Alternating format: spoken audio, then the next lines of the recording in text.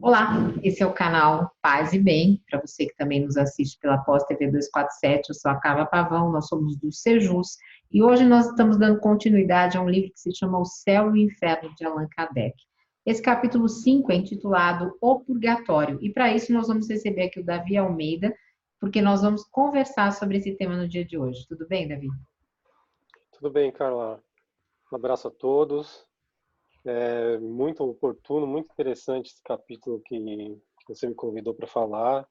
É um livro que tem me chamado muita atenção, porque não é muitas vezes muito estudado por todos os espíritas, né? Sempre acaba ali ficando um pouquinho guardado na prateleira e ninguém pega para estudá-lo.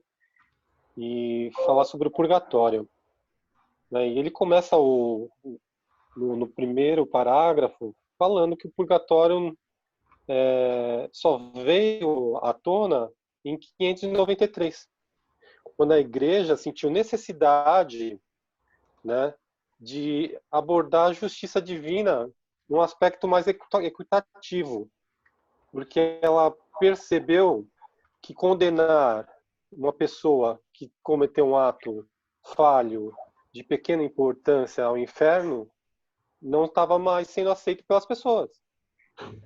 Então ela percebeu que ela tinha que fazer alguma alternativa. E por isso que a igreja então trouxe a ideia do purgatório. E aqui Kardec começa a falar sobre essa questão e justamente da equidade, né? Ninguém pode ser julgado por um crime pequeno e sofrer a pena do inferno. E ele vem então estudar isso com a gente. E aí ele fala da questão, né, que isso também deve ter sido abordado na questão do céu, da localidade, né? Que ninguém trouxe aonde está localizado esse purgatório, né? E no capítulo do céu deve ter sido abordada a questão do céu também, aonde existe uma localidade física para esse purgatório, existe um tempo para esse purgatório, e a mesma coisa na questão do céu, né? Que o céu e o inferno também, quando a gente começou a descobrir novas coisas, descobriu que não tinha um local físico como era dado antigamente. E ele nos traz uma ideia muito interessante, porque aí pesquisando com os próprios espíritos que ele conversou, que ele entrevistou, né, ele acabou pegando os dados do que seria o sofrimento do purgatório. Porque pela igreja, a igreja o que ela fez? Ela manteve o purgatório com uma concepção de inferno. Apesar de a pessoa poder sair de lá, ela continuava sofrendo pelo fogo, um fogo mais brando, mas esse sofrimento ainda existia lá no inferno, ou melhor, desculpa, no purgatório. E também trouxe uma outra ideia que foi muito prejudicial para a ideia do purgatório. Por quê? A pessoa não saía do purgatório por suas virtudes. Ela saía do purgatório pelas virtudes alheias de uma outra pessoa que orasse por ela, que fizesse preces e, conforme a virtude dessa pessoa, ela conseguia a saída dela do purgatório e alcançar o céu. Só que isso causou uma grande desgaste também. Por quê? Porque virou uma questão econômica. Porque começou a se vender indulgências, começou a se vender preces para que essas pessoas saíssem do purgatório. E isso trouxe uma grande dificuldade. É parte também do que levou o movimento protestante a não aceitar o purgatório, justamente por causa dessa comercialização que houve em cima da ideia. É legal. Eu acho que o concílio que ele está mencionando aí, eu acho que é o segundo concílio de Constantinopla que passa a fazer essa menção aí ao purgatório, e Kardec traz aqui para o texto, debatendo essa noção, dizendo que essa noção é incompleta à luz da doutrina espírita, né, que nós estamos falando disso. Legal, ele vai comentando, né, que não tem esse lugar circunscrito ou determinado, e, enfim, ele vai rebatendo, inclusive porque durante também todo o livro ele vai falar contra a doutrina das penas eternas. Então, legal, vamos continuando aí com a sua exposição, Davi. Justamente porque ele está tentando fazer o resgate do quê? Da ideia da justiça divina, que é o outro nome do livro, né? Porque o Sim, livro, na verdade, ele tem um nome de capa, mas ele tem um outro nome, que é a justiça divina segundo o Espiritismo. né? E é até interessante isso, por quê? Porque anteriormente nós temos o Evangelho segundo o Espiritismo, né? E o que acabou acontecendo na nossa doutrina muitas vezes é que o Evangelho segundo o Espiritismo se transformou numa Bíblia dos espíritas. E não era essa a intenção. Era a intenção dele trazer o tema a debate, o tema para ser estudado, o tema para ser verificado e até acrescentado posteriormente, né?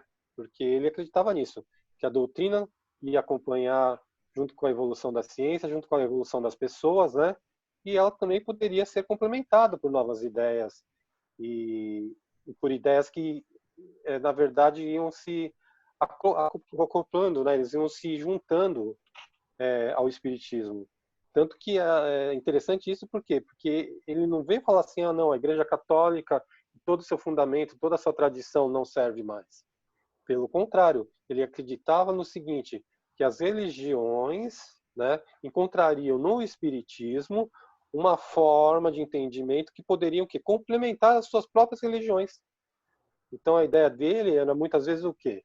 Que o católico não ia deixar de ser católico, ele seria católico, mas teria a filosofia espírita também como um princípio e conseguiria caminhar junto com essas ideias novas, né? E não tornar o espiritismo numa nova religião ou numa religião dominante, né? Não. Na verdade, o quê? Um desenvolvimento filosófico para que as outras religiões também, se quisessem servir delas, pudessem se unir. E é muito interessante isso, porque é uma visão hoje que eu vejo, né, muito mais interreligiosa, muito bonita. Por quê? Porque a gente tirar as arestas, aquilo que nos separa, que deixa a gente afastado, e procurar aquilo que nos pode unir. Isso que eu acho bonito, que se você estudar a obra de Kardec, você vai vendo que a proposta dele era essa, né, que as pessoas unissem no nome até do próprio canal, né, na paz e no bem, né, que é o fundamento de todas as religiões, porque a gente vai em busca do quê? A gente vai em busca de entender Deus e de buscar essa paz, de buscar esse bem, né? E essa busca é pessoal de cada um, e se desenvolve no interior de cada um e no exterior também, né, na transcendência. Porque quando você vai em busca, você encontra religiões, filosofias que te levam a esse entendimento de um ser divino, de um Deus, né, conforme cada uma das tradições que tem no mundo, você percebe o seguinte, que as pessoas estão na mesma busca, no mesmo caminho de evolução.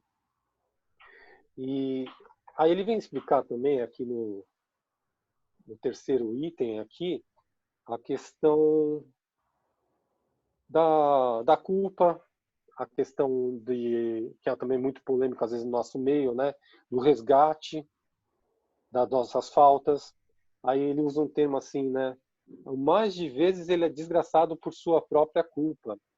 Então muitas vezes as pessoas se pegam na palavra, né, desgraça, né, o que aconteceu, por que tantos infortúnios. Isso é importante para o desenvolvimento do pensamento de Kardec, por quê? Porque aí ele vai localizar o purgatório para nós espíritas, tá? Não no astral, não no mundo espiritual, não no umbral, como se formalizou de certa forma no movimento espírita, né? Ele vai localizar o purgatório na Terra, enquanto nós estamos encarnados. É aí que ele localiza o umbral, por quê?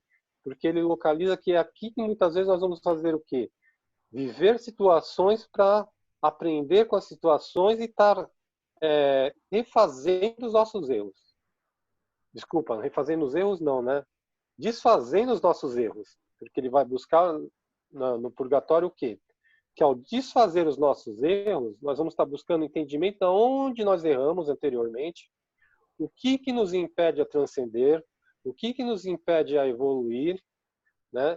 E o que nos está trazendo, porque essa palavra ficou forte, né? Desgraça, né? O que nos está trazendo consequências dos nossos atos?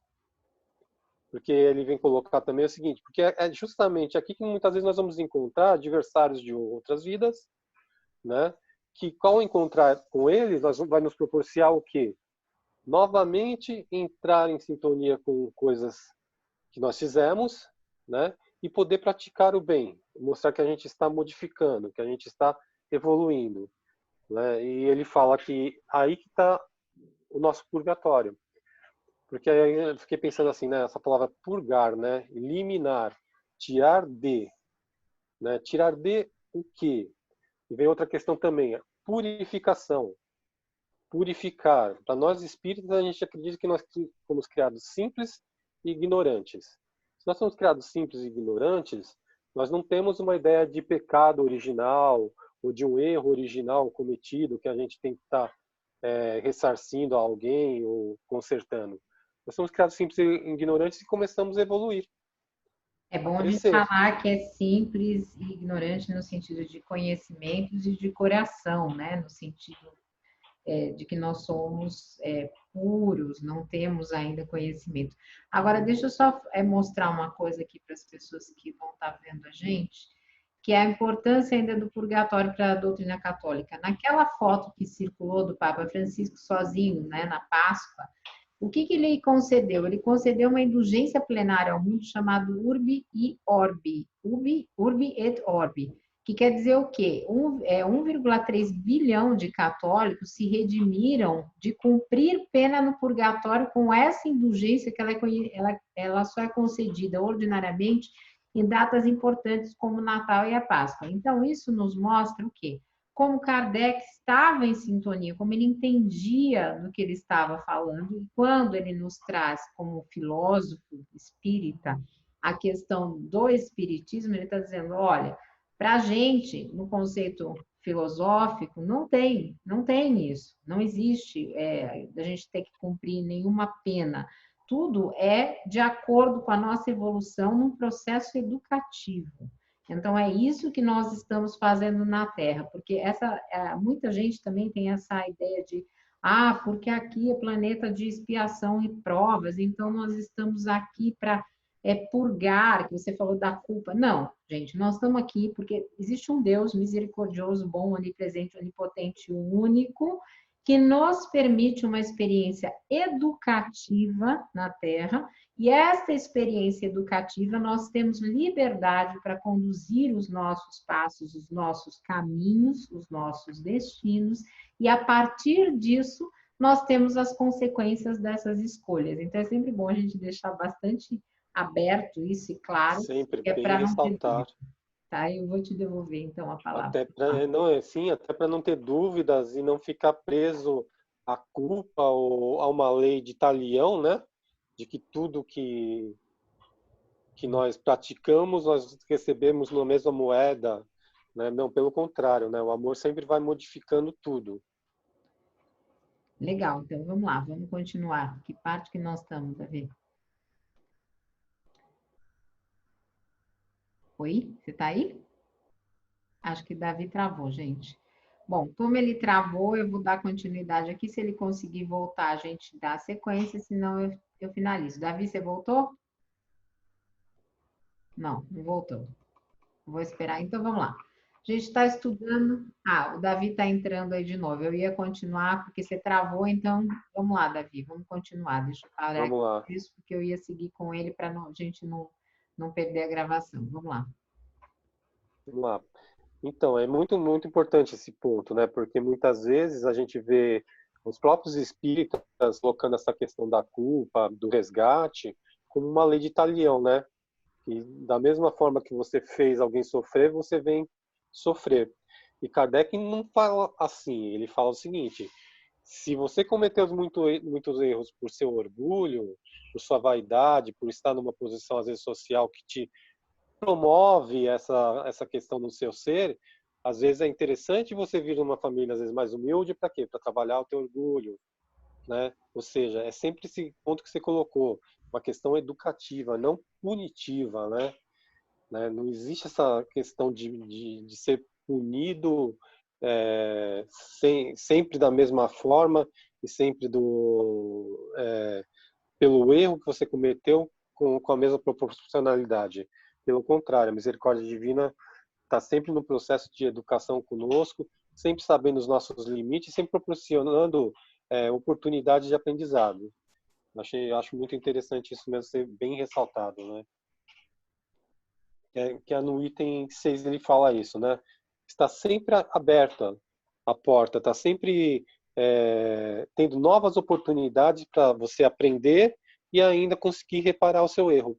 Eu acho bem legal uma comparação o seguinte, porque a doutrina espírita, ela possibilita você consertar. Eu estou projetando o texto aqui, porque como você citou o texto, eu pus para o pessoal acompanhar. Como você citou o item que você está, eu só pus para Legal. acompanhar, mas pode seguir.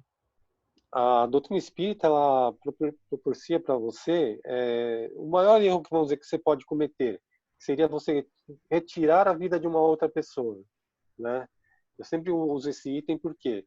Porque você tem a chance de fazer a reparação desse erro, né? Porque muitas vezes você vai acolher essa pessoa numa outra encarnação, você vai conseguir de repente trazer essa pessoa novamente para a experiência da carne, na matéria. Quer dizer, até esse maior erro que alguém pode ter cometer e carregar no coração de ter tirado a vida de uma outra pessoa, nós temos a oportunidade de reparar, de refazer e continuar a caminhar com essa pessoa.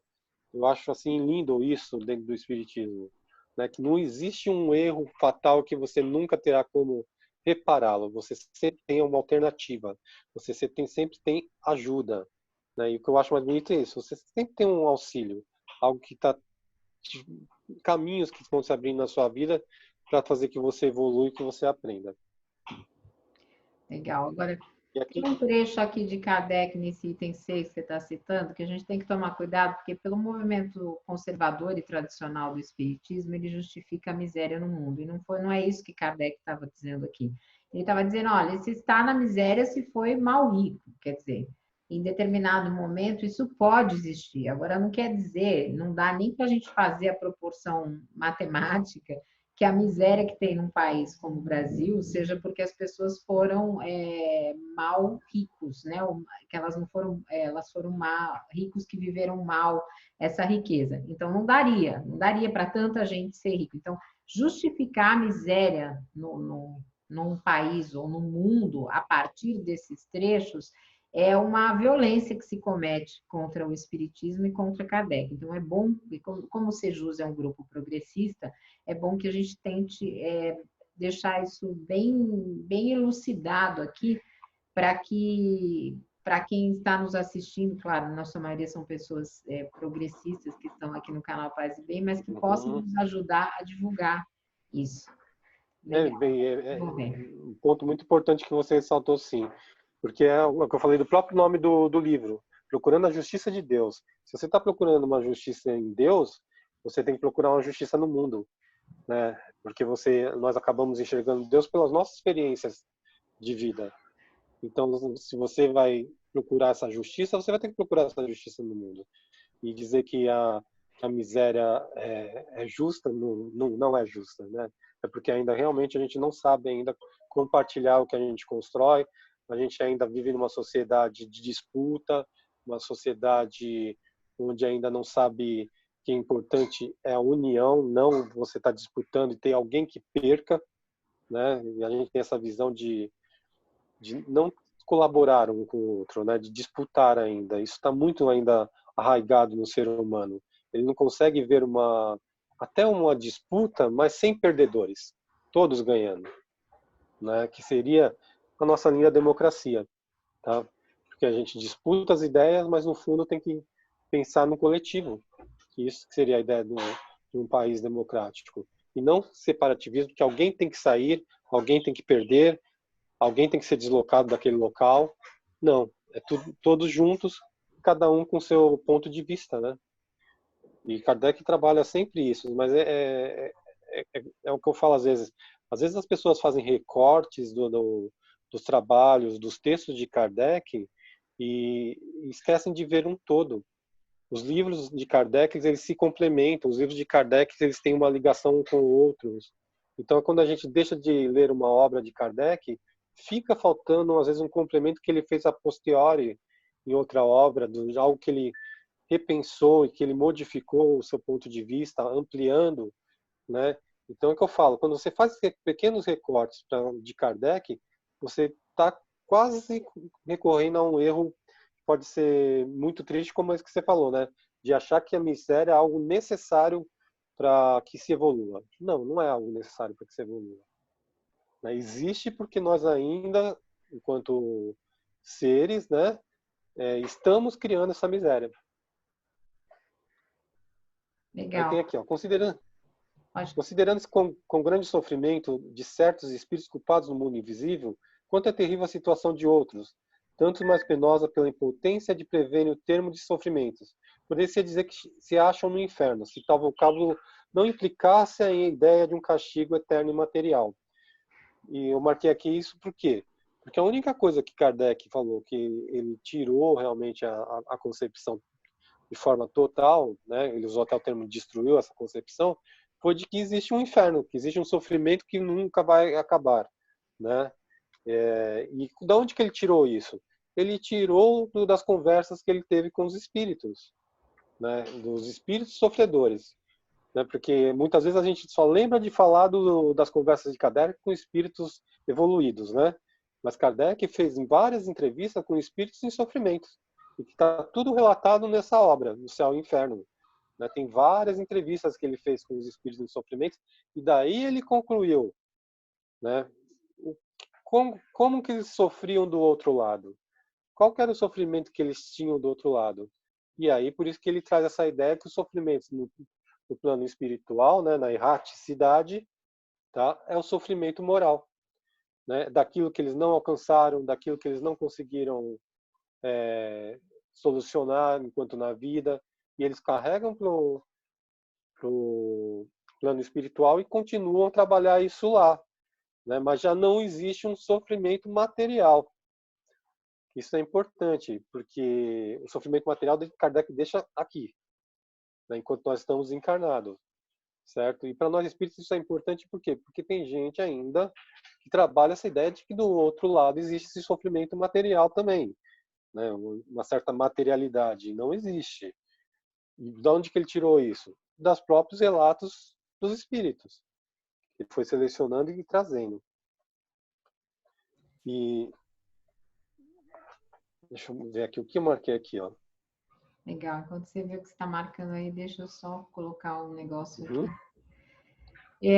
Então, assim, o Espiritismo, ele vai dizer assim, o Espiritismo não vem negar a penalidade futura, vem, ao contrário, constatá-la. O que ele destrói é o inferno localizado, que você já falou, com suas fornalhas, suas penas irremissíveis. Ele não nega o purgatório, visto que prova que nós estamos nele. Ele define-o e precisa-o, explicando a causa das misérias terrestres, e dessa forma faz crer nele aqueles que o negavam. Agora, com relação ao como nós vemos essa passagem aqui na Terra, é uma questão, muito relativo à nossa consciência, né? Quem quer ver o inferno na Terra, vai ver o inferno na Terra, quem agir por isso, vai ter aqui. Então, assim, então tudo é uma construção. E daí é que vem a importância de nós estudarmos, da educação, de nós trabalharmos o nosso autoconhecimento como forma, como ferramenta evolutiva, porque senão nós passamos a vida lendo obras aí bastante questionáveis, onde tem obra que o espírito engravida no plano espiritual. E tem filho, né? Nós não vamos ficar citando aqui as obras, porque também não vamos fazer propaganda disso, porque é melhor não ler. Então, O próprio Kardec ensina isso, não fazer propaganda. ou ler sabendo que aquilo é uma alegoria, né? Que aquilo não existe. Então, nós temos que tomar esse cuidado, porque a nossa autoeducação é uma ferramenta essencial para a gente sofrer menos. Por isso que nós estamos aqui com Caminhos do Espiritismo e com todo esse diálogo interreligioso que a gente faz aqui no Paz e Bem. E também com os estudos. E você tocou num ponto super importante, que também está aqui nesse texto. Por que Jesus não tocou no ponto de purgatório? Né? Por que Jesus não falou do purgatório e não está no Evangelho? Depois a igreja necessitou colocar. Kardec também assume essa questão do purgatório, mas trazendo para a Terra e usando até de figuras também, né, ideológicas do tempo dele, do tempo da tradição católica, né? Por que que ele fez isso? Porque ele precisava também estar falando de coisas já que eram pré-concebidas e não trazer uma ideia totalmente revolucionária que não existisse, como Jesus também falava. fizesse no tempo dele. Se Jesus colocasse um purgatório na visão daquele povo ainda, tá, que não tinha outras concepções filosóficas, religiosas, espiritualistas, o que aconteceria? Né? Porque se a gente pegar lá de trás, sempre teve essa concepção de céu e inferno, né? De uma vida cheia de graças e uma vida cheia de penas. Né? Então ele partiu desse mesmo ponto, como Jesus também partiu desse mesmo ponto, e não colocou a ideia do purgatório, que é assim Kardec explica no final do texto. Por isso que Jesus não colocou, porque naquele tempo ia complicar a mensagem que ele queria passar, e ele então esperou que mais à frente ele saberia que o conhecimento do ser humano ia evoluir e essas coisas seriam explicadas, né? E eu vejo também que Kardec também muitas vezes opera assim. Ele usa de ideias que já são pré-concebidas e começa a trabalhar. Só que se a pessoa se prende à letra, né, não consegue abstrair, não consegue pegar o sentido do que ele está mostrando, né? Como você falou, o inferno é figurado, mas cada pessoa faz a sua visão do inferno, como do céu também, né? O céu está dentro de você, está externamente. Tem pessoas procurando o céu externamente até hoje, né? E não compreenderam que está no interior dela, né? Que ela só vai encontrar esse céu realmente quando tiver as virtudes dentro de si, a calma, a paciência, a tolerância, né? A resignação, o amor em si, né? Enquanto não for construído isso, nunca ela vai estar no céu. Porque o céu depende do interior dela perante aonde ela está e o que ela está vivendo. Né? E ele traz essa concepção, mas as pessoas muitas vezes se prendem à letra, né? E acabam fazendo confusões. Legal. Davi, acho que nós já estamos chegando aqui ao fim. Eu vou pedir para você fazer aí o seu encerramento e as suas conclusões para depois nós finalizarmos aqui. Bem, eu quero pegar aqui no ponto, no último item, né? Que ele fala assim, ó, reservado ao futuro esclarecimento sobre a natureza das penas. É o último parágrafo. Competia-lhe igualmente...